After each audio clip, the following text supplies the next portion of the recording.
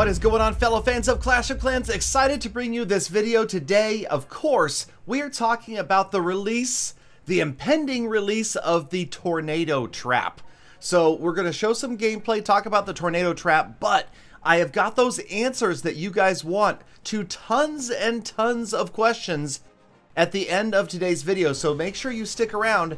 And if for some reason your question is not amongst those ones answered, then leave it down below and I promise I'm going to get to it. I am not avoiding any of the tough questions. Let's get them all answered. And if I don't know the answer, I will find somebody else that can answer it for me. So it's a great time to be subscribed. If you haven't done so already, make sure you do that. Turn on notifications and do me a big favor. I don't normally ask for likes. Would you hit the like button on this video? I'm actually curious to see if asking for likes makes a difference in the number of likes we get. So please hit the like button on today's video, even if you don't normally do it. Okay, so again, we're talking about the Tornado Trap, and as you can see, it does a little bit of damage. It's a fixed amount. I believe it is 8 damage per second. So it's enough to wipe out a small troop like an archer, but big troops won't even really feel it. But again, it's that vortex of air, that loss of control, that is really what is doing the significant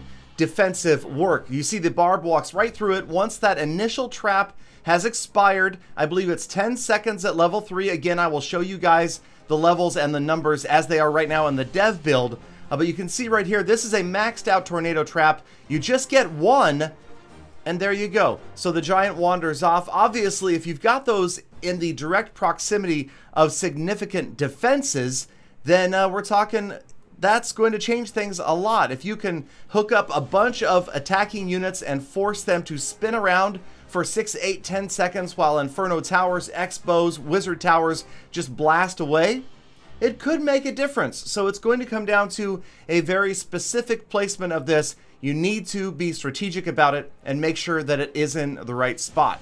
Now you'll notice that the units spin around at different rates. I found this interesting.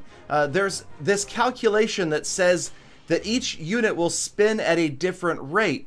And the one thing that could be affected here is whether or not that unit is going to be within the range of another defense, because you can see that the circle of effect is pretty wide. You can see the skeletons get wiped out, but the witch does not. And here is the calculation of the spinning effect.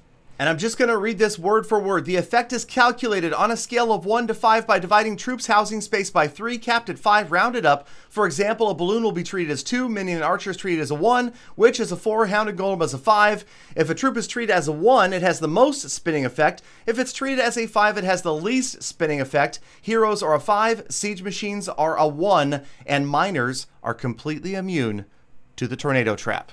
So here we go, our first look at the temporary developer build numbers, level 1, level 2, and eventually level 3. You can see that the damage per second doesn't change. The area of effect also remains constant, but of course the rearm cost is going to go up and that effect duration. 6 seconds for a level 1 trap and then maxing out at a full 10 seconds of spinning madness at level 3.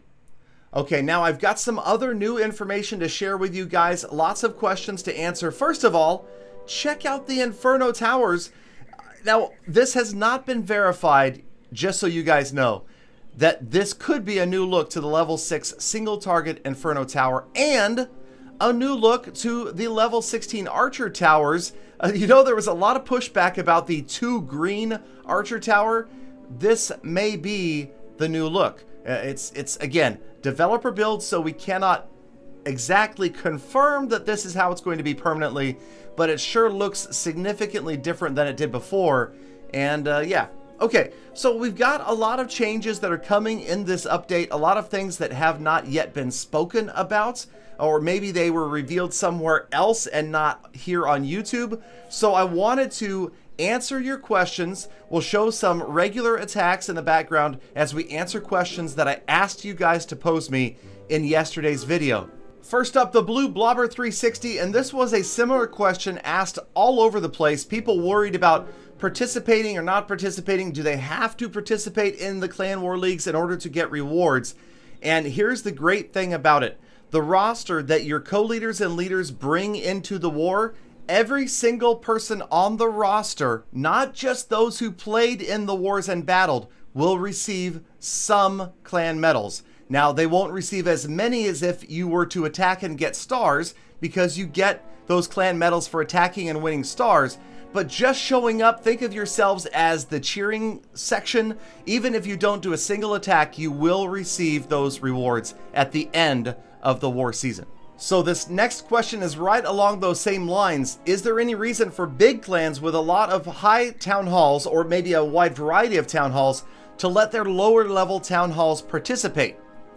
So maybe not so much to do the battles, but yes, to be on the roster, because they will get the benefits of those clan medals at the end of each individual 8-day season. So yes, you want to be there. And the interesting thing about this now is that this leaves your leaders and co-leaders a lot of power, because maybe for some reason or another, they could be punishing clan members by not letting them be on the roster, therefore excluding them from the guaranteed free clan medals that you get just for being there per win based upon your league. Also, there is a base amount of levels dependent upon your league as well, and then another certain number of medals per star depending upon your league, and these numbers have not yet been announced, but obviously the higher league you're in, the bigger the rewards will be. And I believe that answered this next question. What if we lose the war league? Will we get any rewards?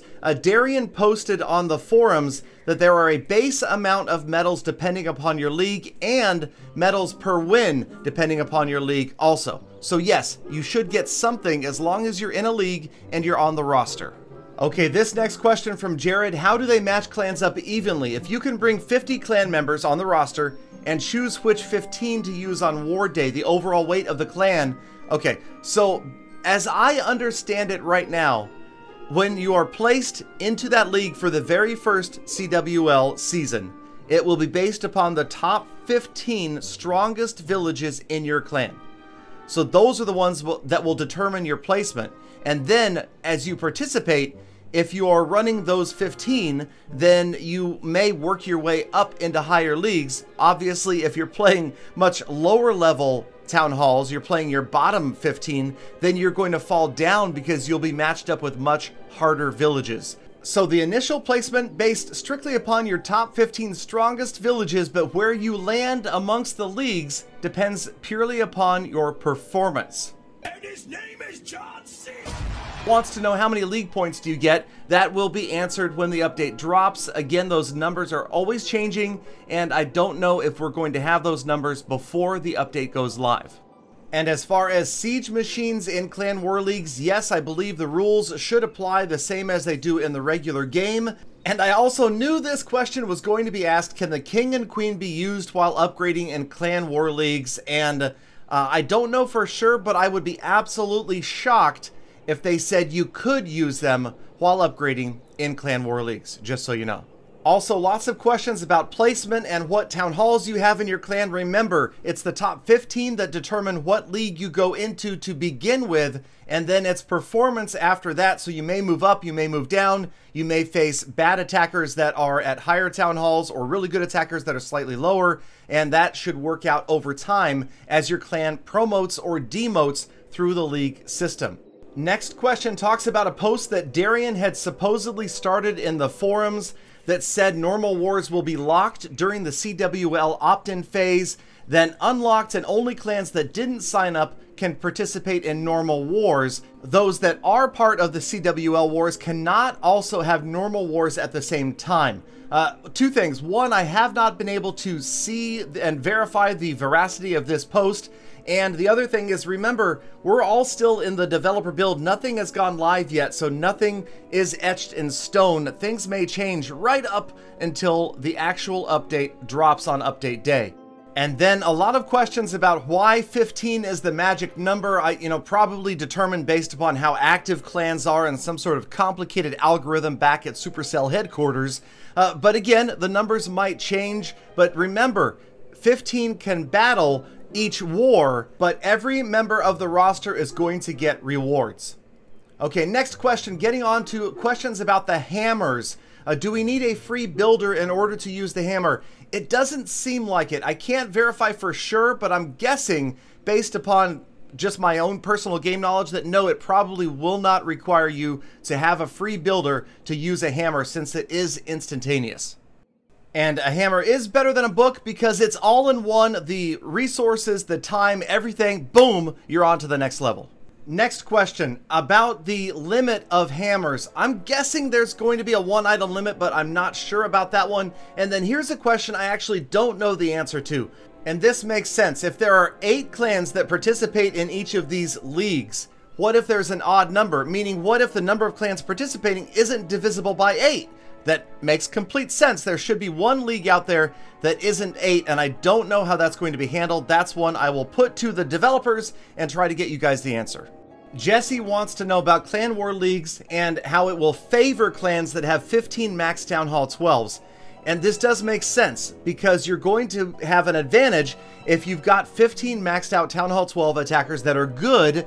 They should rise indeed to the top of the tiers of all of the clan war leagues. And that's just the way it's going to work. The higher tiers get better rewards, so clans won't be left out, but clans will not be able to make it to the very top tier, likely, unless they have 15 nearly maxed out Town Hall 12s. So it's just, you know, that's just basically the nature of the game. It's rewarding players for progression. That's just the design of the game. It's meant to be played all the way through Town Hall 12, and that's why we continue to see new Town Halls. Once enough players have maxed out the current maximum level, we see new content. And that's also why we don't see a lot of new content for lower levels like Town Halls 9 and 10, because the new content for them is Town Hall 10 or Town Hall 11 or Town Hall 12. All right, moving on to a slightly different series of subjects. Micah wants to know about more achievements if there's going to be 25 new maps. Yes, there are 2 new achievements. One is called Get Those Other Goblins, and the other one is called Dragon Slayer, when you have defeated the map called the Dragon's Lair. Get ready, that sounds amazing. Next question, is the tornado trap going to be permanent? I believe so. Since it wasn't announced with the seasonal stuff, it should be permanent. Now, Thato is happy where Clash is going, but he's annoyed, like a lot of players, about the Siege Machine. Well, good news, guess what? Now the Siege Machine automatically defaults to how you used it last. So if you, in the last attack, used a donated one, you used your own, that is how it will default for your next attack. Gayatri wanted to know the use of statues. I'm thinking it's probably just a little bit of bling for the village and a reward for players who might otherwise be completely maxed out and don't need hammers. And yes, more good news, Siege Machines, when you donate them, you will now receive the full 30 experience that I feel like you should have from the beginning. And that reminds me of a few other major quality of life and UI improvements. Check it out. Yes, that's right. A new half-speed replay option. Aren't you guys glad you stuck around to the end of this video? How about this one? No troops selected by default at the start of an attack. Many times I've accidentally deployed a troop. That is not going to happen anymore thanks to this slight change. And then a big list of gem donation price adjustments.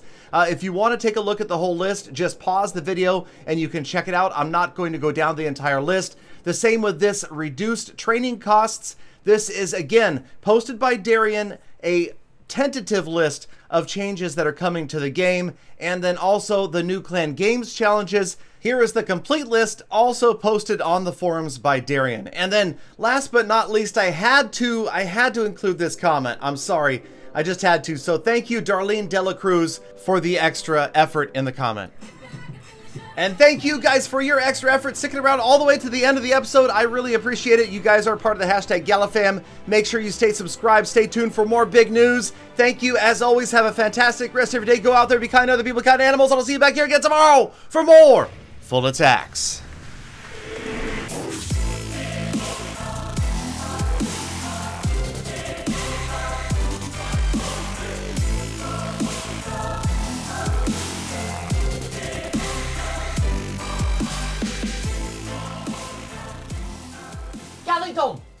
Galadon, a 14-minute video and not a word about gym boxes? Unbelievable! It's a travesty, I tell you.